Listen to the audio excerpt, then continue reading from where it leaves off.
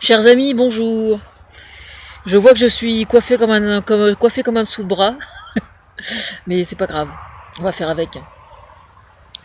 Mon coiffeur est en vacances. Ce soir, là, oui, j'ai toujours une voix de chiotte. C'est comme ça. J'ai envie de vous parler du bénévolat ce soir-là, en particulier. Parce que j'ai quand même une assez grande expérience dans le domaine. C'est pas de ma grâce vraiment, mais enfin à la base, je trouve que c'est bien le bénévolat, quoi. Pourquoi est-ce que c'est bien?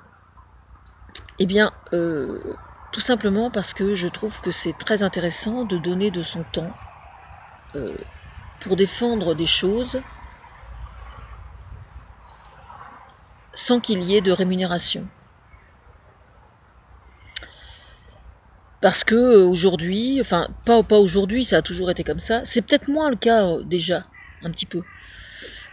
Aujourd'hui, quoi qu'on en dise, partout dans le monde, euh, le pouvoir décisionnaire se trouve quasiment systématiquement relié à l'argent.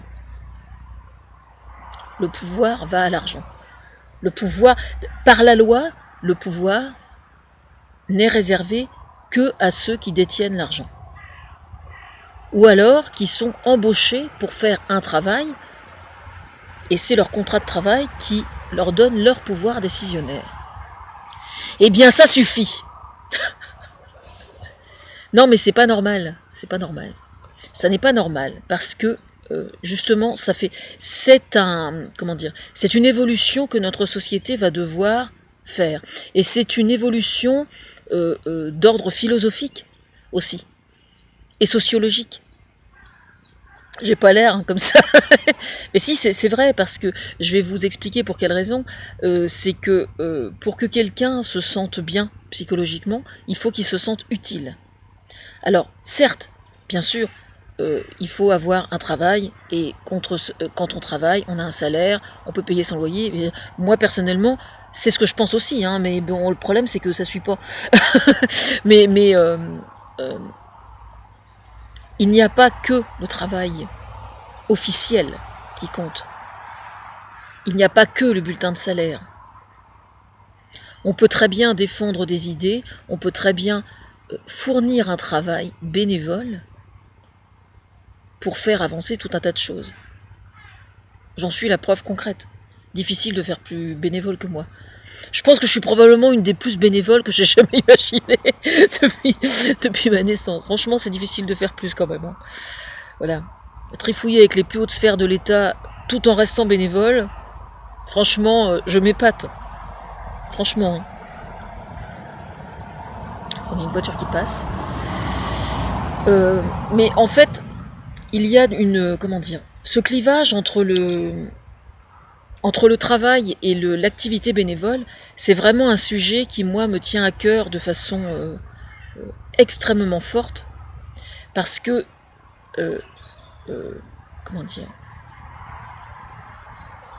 parce que c'est la clé de voûte de beaucoup de problèmes que notre société connaît aujourd'hui.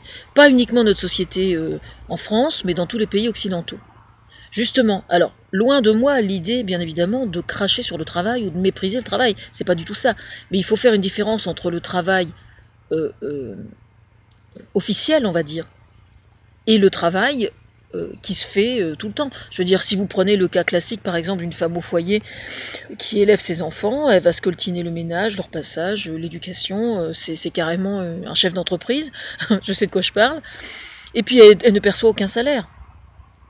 C'est bien la preuve que le travail n'est pas systématiquement synonyme d'une feuille de paye. Le problème réside dans le fait que justement, dans l'inconscient collectif, quelqu'un qui n'a pas de travail se trouve mis au banc des accusés quasiment. Oui, j'ai bien dit au banc des accusés, je pèse mes mots. Parce qu'on dit, vous n'avez pas de travail. Il n'y a pas de travail. C'est-à-dire qu'il y a beaucoup de gens qui s'imaginent, par exemple, que de ne pas avoir de travail, c'est parce qu'on est feignant, tout simplement.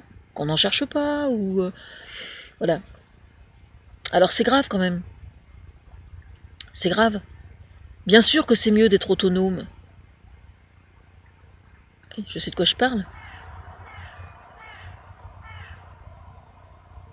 Mais ce qui est important de savoir, c'est que quelqu'un qui est au chômage et qui cherche du travail, c'est quelqu'un qui est en état de souffrance parce que justement il manque de reconnaissance sociale. Il n'a pas de contrat de travail, donc il souffre de reconnaissance sociale. Mais si jamais, lui, par rapport à lui-même, quand les femmes se rasent le matin, par exemple, quand les femmes se rasent le matin, les femmes à barbe, si jamais, par exemple, elles font 1 heure ou 2 de bénévolat dans la semaine, dans une association, elles ont d'elles-mêmes une image plus valorisante que si elles ne faisaient pas de bénévolat. Voilà ce qui est important. Je dis ça pour les femmes qui se rasent, mais je pourrais parler des hommes qui s'épilent, hein, si vous voulez. Non, mais je veux dire, que ce soit homme ou femme, c'est le même problème, quoi. C'est pour ça, par exemple, qu'un enfant qui va à l'école et dont le papa est au chômage, par exemple, un père qui est au chômage, va être beaucoup plus stigmatisé encore qu'une femme qui est au chômage. Une femme qui est au chômage, on va dire, bon allez, elle va rester à la maison, il y a toujours de quoi s'occuper, hein, vous savez ce que c'est. Hein. Mais un homme qui est au chômage, attention. Alors, pour peu que madame travaille et que monsieur soit au chômage, monsieur a intérêt d'être très fort psychologiquement parce qu'il en prend plein les mirettes en général. Hein. Je sais, hein, je veux dire, j'observe autour de moi. Je suis pas stupide non plus. Hein. Mais pour monsieur, c'est pareil. Je veux dire, le problème réside par exemple dans le fait que quand un enfant part à l'école le matin et que le papa n'est pas levé parce qu'il ne va pas faire sa journée de travail, le simple fait que le père soit debout le matin au moment où l'enfant part à l'école et que le père saisisse l'opportunité d'être au chômage pour mieux s'occuper de son enfant. Ah, mais il y a quelque chose qui vient m'embêter. C'est terrible les objets volants, hein. On va attendre qu'il passe. Bon, alors c'est un hélicoptère. Alors c'est une grosse abeille jaune d'or.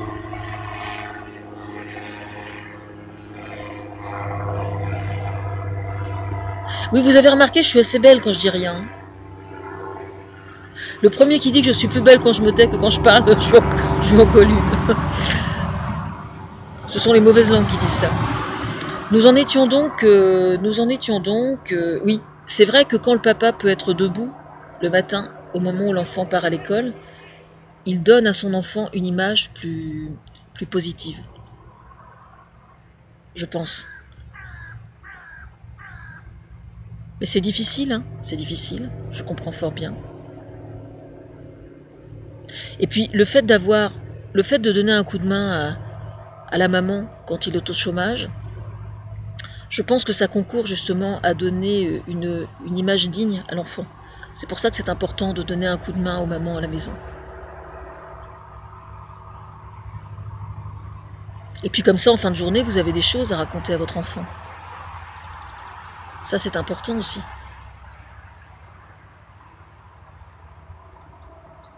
En fait, l'activité bénévole peut jouer un rôle extrêmement important par rapport à l'image qu'on a de soi. C'est ça, en fait, que le message que je veux passer.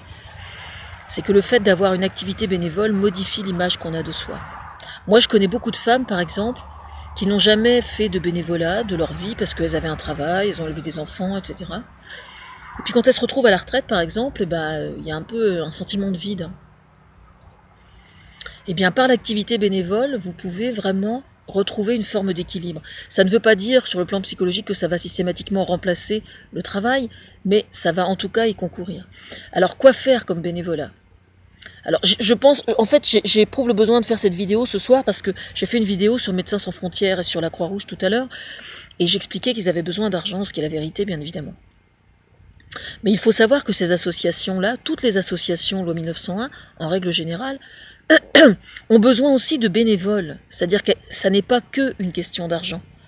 C'est qu'ils ont aussi besoin de gens qui se bougent, ne serait-ce que pour organiser des repas, il y a toujours des choses à faire, quoi. Moi, j'ai fait du bénévolat depuis, je sais pas, je me suis mariée en 80.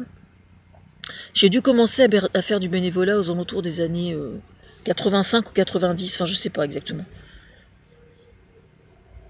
Mais je sais pas, j'ai dû faire du bénévolat dans l'association de mon village pendant une quinzaine d'années peut-être. Je faisais partie du bureau, j'apportais des idées, voilà, plein d'idées. Et je participais à la vie de l'association, bien évidemment. C'est une façon de vivre ensemble, la vie associative. Mais même à la limite, quelqu'un qui n'a pas les moyens de donner pour les associations, qui aimerait donner mais qui ne peut pas. Et puis qui est un peu, comment dire, qui n'aime pas trop la vie en collectivité, donc qui ne veut pas faire partie de l'association, etc. Il y a plein de choses à faire en tant qu'association. En tant que bénévole au sein d'une association, il y a plein de choses à faire. Je vais vous citer un cas. J'ai une de mes tantes à Pavilly, là, qui adore tricoter. Eh bien, elle tricote de la layette. Parce que figurez-vous que sur 10 mamans qui arrivent à coucher dans une maternité, il y en a un certain nombre qui n'ont même pas de vêtements, de brassières et le moindre vêtement pour leur bébé, quand le bébé va arriver. Je ne sais pas si vous imaginez. Moi, personnellement, ça m'a vraiment surpris parce que je ne savais pas que c'était à ce point-là. Et ça s'appelle les tricoteuses bénévoles. Mais il y a plusieurs associations qui s'occupent de ça maintenant. Alors évidemment, c'est bien de tricoter une petite brassière en disant vous donnez un coup de fil à la maternité. Je vais mettre des liens de toute façon sous la vidéo. Et donc effectivement, votre petite brassière, elle arrivera pour un bébé, pour une maman, etc., qui sera super contente. Vous pouvez mettre un petit mot avec, c'est encore mieux. Mais moi, ce que j'ai proposé quand j'ai appris ça, c'est tout simplement que la personne pour qui vous tricotez la petite brassière, vous gardiez un lien avec la maman. C'est-à-dire que éventuellement vous puissiez, si vous êtes tenté, bien évidemment, il n'y a pas question de vous forcer à le faire, vous pouvez tricoter une brassière et que ça s'arrête là, il n'y a pas de souci. Mais si vous le souhaitez, vous pouvez aussi devenir marraine, parrain ou marraine ou parrain, parraine ou marin, parraine ou marin, marin d'eau douce, marin de laine douce. Oui, je trouve, moi personnellement, si je tricote une brassière pour quelqu'un, enfin je pense à quelqu'un en particulier, petite rose, et j'aime autant, je préfère pousser le bouchon jusqu'à dire, je me considère comme sa marraine, si elle est d'accord pour m'avoir pour marraine, parce que c'est risqué quand même. Je trouve que c'est plus cohérent, quoi, tout simplement. Il faut savoir qu'il y a des mamans qui n'ont pas la chance d'avoir des mamans bienveillantes.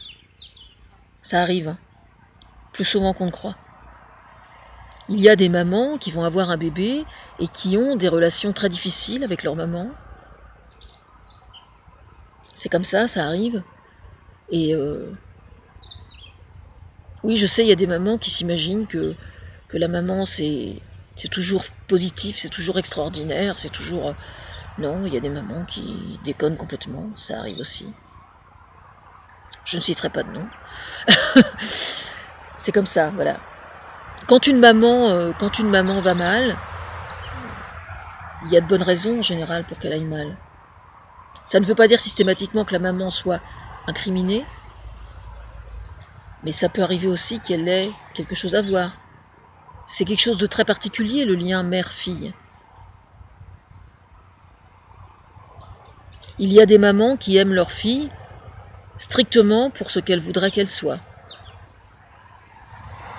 Moi, j'ai 3 grandes filles, je ne les aime pas pour ces raisons-là. J'ai envie qu'elles deviennent ce qu'elles ont envie, elles, de devenir. Malheureusement, je ne suis pas encore grand-mère. J'ai entendu parler l'autre jour, quelqu'un m'a dit qu'il y avait quelqu'un qui avait fait des petits pieds dans la famille. Je me suis dit, ça y est, même pas. Putain, j'étais dégoûtée. C'est pas grave, si je tricote pas pour elle, je tricote pour d'autres. Je vais tricoter pour d'autres, c'est pas grave. Mais en fait, si je veux faire cette vidéo, c'est pour mettre l'accent sur le fait que on peut très bien faire des tas de choses dans la vie associative sans être convoqué pour des assemblées générales, sans même adhérer aux associations. Au sein des tricoteuses, moi j'ai vu sur mon mur Facebook, il y a des groupes sur Facebook, des groupes qui se sont créés de tricoteuses comme ça. Et il y en a une qui a demandé qu'on lui envoie des carrés de 10 cm faits au crochet. Et donc une fois qu'elle a reçu tous les carrés, donc je ne sais pas qu'est-ce qu'elle avait donné comme norme au niveau des couleurs, je sais pas du tout. Et elle a fait une couverture entière avec tous les carrés qu'on lui a apportés. Elle a fait tout l'assemblage, quoi. C'était juste génial, quoi. Alors moi, j'ai une expérience, parce que j'ai une ancienne belle-mère, qui n'est plus de ce monde maintenant, malheureusement, mais... enfin, bon, bref, glissons. Alors elle, sa spécialité, c'était vraiment de tricoter n'importe quelle laine avec n'importe quel point. C'était juste parfaitement surréaliste. C'est-à-dire qu'elle avait absolument aucune notion de l'harmonie des couleurs. Et quand elle était maman et qu'elle tricotait pour ses enfants sa fille m'a raconté que quand elle allait à l'école, à cette époque-là, il y avait des blouses, donc elle était née en 34, donc elle était née en 34, donc c'était dans les années 50, quoi, quelque chose comme ça, 45, enfin, la fin de la guerre, 50, ces eaux-là. Et la gamine, elle mettait la blouse par-dessus le pull pour pas qu'on le voie. Mais moi, j'ai la nostalgie des coussins qu'elle avait fait pour mettre sur son canapé. Je pense qu'elle n'était pas consciente de son génie involontaire. On va dire ça comme ça. C'était juste à pisser de rire, quoi. Elle avait des coussins humoristiques. Ce qui est quand même, c'est quand même des coussins humoristiques au tricot. Je pense qu'il faut déjà le faire, quand même. Mais c'est d'autant plus rigolo qu'elle le faisait pas exprès, quoi. Enfin voilà, on peut faire des tas de trucs super marrants avec le tricot et le crochet. Non, mais c'est vrai, on peut vraiment faire des trucs super marrants, quoi. Alors évidemment, il y a des tutos sur internet, sur le groupe Facebook, là, il y a des tutos pour avoir les modèles gratuitement et tout ça, mais c'est bien d'inventer des choses soi-même aussi. C'est vraiment bien ça, quand on peut le faire. Moi, je le fais quand j'ai le temps, mais là, j'ai pas le temps. Bon, revoilà l'hélicoptère. Là, je pense que c'est de la gourmandise, hein. On est bien d'accord, hein. Oh oui, c'est vraiment de la gourmandise, là. C'est une grosse abeille qui cherche une fleur, je pense.